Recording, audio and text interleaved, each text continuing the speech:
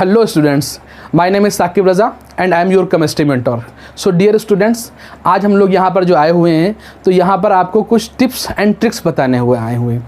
ठीक है, तो यहाँ पर इन्फॉर्मेशन थोड़ी सी आप जान लीजिए कि जब आप एग्ज़ाम में अपीयर हो रहे हैं, मान लीजिए आप एग्ज़ाम दे रहे हैं और आपको एग्ज़ाम देते देते जब एग्ज़ाम लास्ट तक पहुंचता है तो आपको ये लगता है कि आप सिर्फ उतने ही क्वेश्चन कर पाए हो जिससे आपके 560 से 580 मार्क्स आ रहे हैं, जबकि आपको ये लग रहा है कि 600 कट ऑफ जा रही है।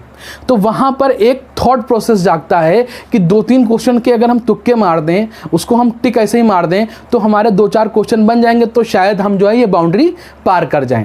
ठीक है, ऐसे बच्चों के लिए ये ट्रिक जो है सबसे बेस्ट है।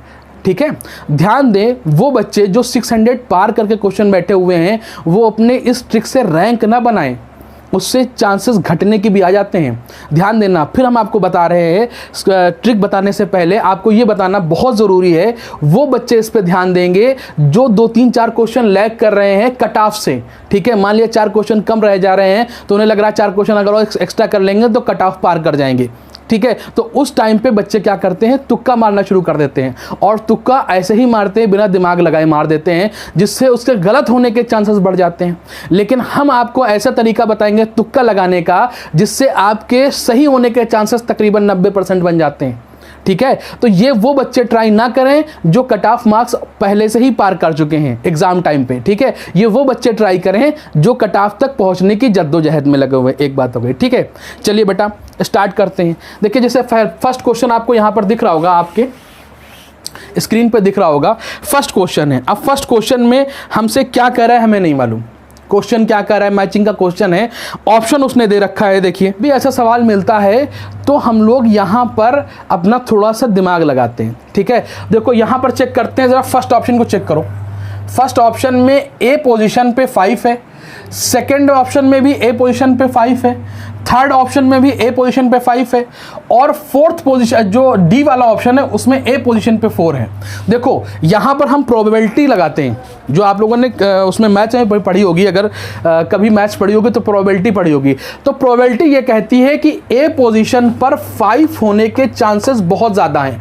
क्यों? क्योंकि फर्स्ट वाले ऑप्शन में भी ए की जगह पे 5 है, सेकंड वाले में भी ए की जगह पे 5 है, सी वाले में भी ए की जगह 5 है, और डी वाले में ए की जगह पे 4 है। तो इस प्रोबेबिलिटी के हिसाब से हम फोर्थ ऑप्शन को डिस्कार्ड कर देते हैं कि फोर्थ ऑप्शन नहीं हो सकता। ठीक, फिर आते हैं बी पोजीशन पे। बी पे देखो, ए में 4 है, इसमें 3 है, यहां पर 3 है, यहां पर 3 है। ठीक है, बात समझ में आ रही कि नहीं? अरे बेटा देखो, बी पोजीशन पर पहले ऑप्शन में 4 है, सेकंड ऑप्शन में 3 है, थर्ड ऑप्शन में 3 है, और फोर्थ ऑप्शन में 3 है। मतलब बी का 3 होने की प्रोबेबिलिटी बहुत ज्यादा आ रही है। प्रोबेबिलिटी देख रहे हैं ना, 4 ऑप्शन में 3 जगह बी पर 3 आ रहा है, तो प्रोबेबिलिटी बी की यहाँ पर बी पर 3 की प्रोबेबिलिटी ज्यादा बन रही है। तो इसका मतलब बी पे 4 वाला इस ऑप्शन को भी हम डिस्कार्ड कर देते हैं। ठीक है, 2 ऑप्शन एलिमिनेट हो गए।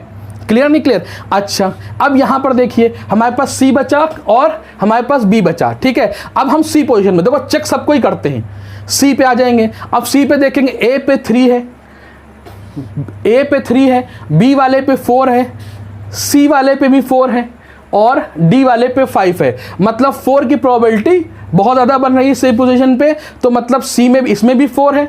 देखो इसकी प्रोबेबिलिटी बहुत बन रही है C4 की, क्योंकि C 2 बार आ रहा है ना, एक बार थर्ड ऑप्शन में आ रहा है और एक बार हमारे पास सेकंड ऑप्शन में आ रहा है। तो मतलब इससे तो हम इन दोनों को डिसाइड नहीं कर। अब देखो डिसाइड जो है वो अब C और B में करना है, लेकिन चेक हम चारों ऑप्शन फिर से करते हैं।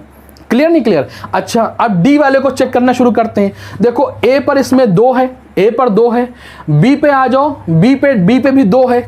ठीक है, सी पे आ जाओ 1 है, और हमारे पास डी पे आ जाओ, इसमें कितना है 2 है। मतलब ये हुआ कि हमारे पास, हाँ, इस वाले ऑप्शन में हमारे पास जो डी पोजीशन है, कैपिटल डी वाला है, कैपिटल डी पे 2 की प्रोबेबिलिटी बहुत ज़्यादा बन रही है। देखो क्यों बन रही है? क्योंकि हमारे पास जो फर्स्ट ऑप्शन है उसमें भी डी की जगह पे 2 है, सेकेंड वाला ऑप्शन है उसमें भी डी की जगह पे 2 है, थर्ड वाला ऑप्शन जो है उसमें डी की जगह पे 1 है, और फोर्थ वाला जो डी वाला ऑप्शन होता है उसमें डी की जगह पे देखो इसके नीचे 2 आ रहा है कि नहीं आ रहा? तो डी की प्रोबेबिलिटी 2 बनने की प्रोबेबिलिटी बहुत ज्यादा बन रही है। तो ये हमें कहां मिल रहा है? A5 B3 C4 D2 किस इसमें मिल रहा है, इसमें या इसमें, देखो इस वाले में मिल रहा है, बी वाले में देखो A5, B3, C4, D2, तो option will be the B. Option जो होगा हमारे पास बी वाला करेक्ट हो जाएगा। क्लियर नहीं क्लियर, बात समझ में आ रही बेटा? चलें सेकंड क्वेश्चन देखते हैं। आपको देखिए सेकंड क्वेश्चन यहां से आपको देखने को मिल जाएगा। देखिए सेकंड क्वेश्चन आपको देखने को मिल जाएगा यहां से, प्रोबेबिलिटी के हिसाब से देखो कर रहे हैं। ये आपको एक सवाल बता दिया केमिस्ट्री का, अब देखिए एक बायो का सवाल बता देते हैं इसी तरीके से।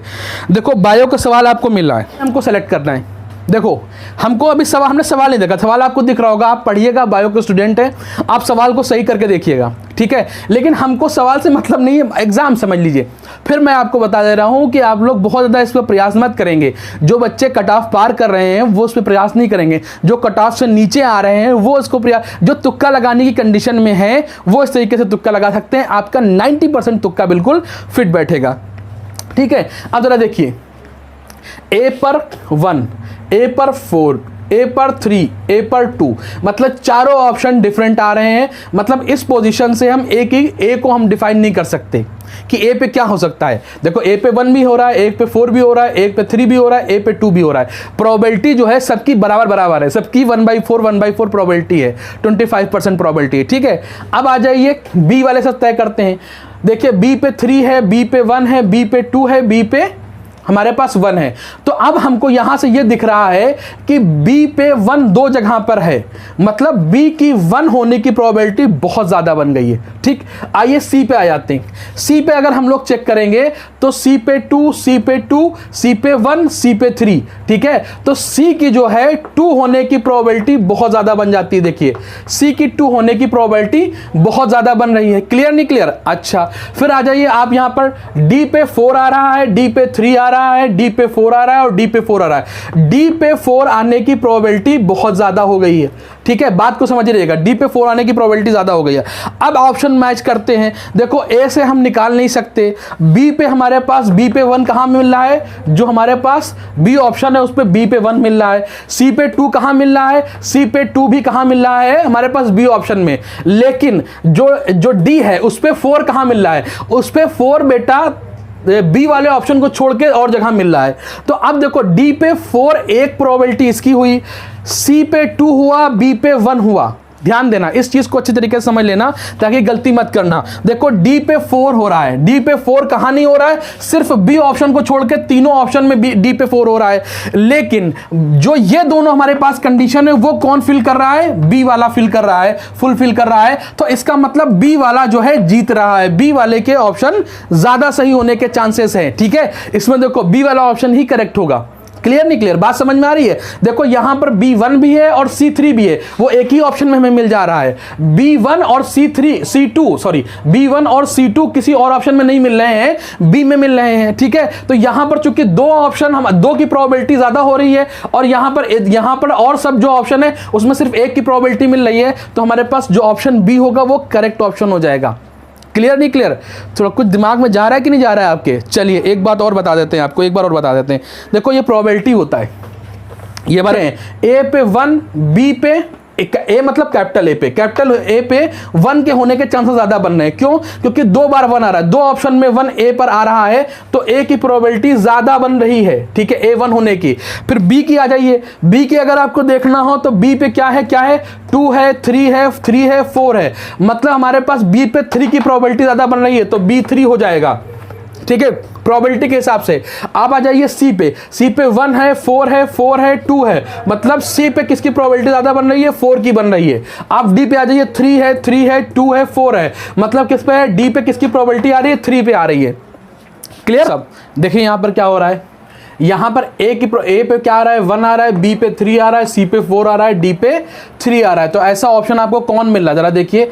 ए पर 1 है, ठीक है, ए पर 1 है, बी पे 3, बी पर 3 है, सी पे 4 आ रहा है और डी पे 3 आ रहा है। तो ये ऑप्शन हमारे पास करेक्ट हो जाएगा, ठीक है। देखो ये प्रोबेबिलिटी से हम निकाल रहे हैं, ये भी एक साइंस है, ठीक है। हम उस तरीके से नहीं, यूट्यूब पे बहुत सारे लोग हैं कि ऐसे तुक्का लगा दो, वैसे तुक्का एलिमिनेट कर दो, फलाना, वो सब कुछ नहीं। हम देखो एक साइंस जो होती है, मैथमेटिक्स में प्रोबेबिलिटी होती है, उसी के हिसाब से ये इससे आंसर लगा रहे हैं। तो तुक्का लगाने के लिए, जो कहते हैं नकल के लिए भी अकल की ज़रूरत होती है, तो यहाँ तुक्का लगाने के लिए भी हम आपको अकल से काम करवा रहे हैं, आपकी अकल लगवा रहे हैं यहाँ पर, ठीक है। इससे आपका जो है सवाल सही होने के चांसेस बहुत ज़्यादा बन जाते हैं। चलिए, अच्छा अब क्या होता है ज़रा देखिएगा।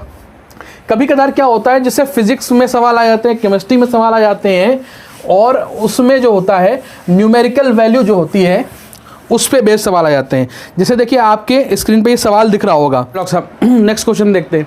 देखिए ये हमारे पास फिजिक्स का एक क्वेश्चन है, ठीक है। अभी हमने पहले भी फिजिक्स के क्वेश्चन सॉल्व किए, केमिस्ट्री के कराए हैं, और हमने जो है बायोलॉजी के भी करा के देखे। तो इसमें बहुत ज़्यादा चांसेस हो जाते हैं कि आपके सवाल सही फिट बैठे, ठीक है। हम लोग बिल्कुल ब्लाइंड गेस नहीं करते हैं, थोड़ा सा दिमाग लगा के ब्लाइंड गेस करते हैं, तो इसके आपके कम से कम 3, 4, 5 सवाल सही होने की प्रोबेबिलिटी बढ़ जाती है। ये प्रोबेबिलिटी बेटा, ये साइंस है, ठीक है। मैथमेटिक्स में प्रोबेबिलिटी होती है, उसी से इसका सवाल सही करने की कोशिश करते हैं। अब ये हमारे पास 2015 AIPMT में सवाल हुआ, नीट 2015 का सवाल आया हुआ है, आप लोग देखिएगा जाके, आपको इसमें सवाल मिलेगा, ठीक है। नीट 2015 में AIPMT उस टाइम हुआ था, 2015 का सवाल है, ठीक है।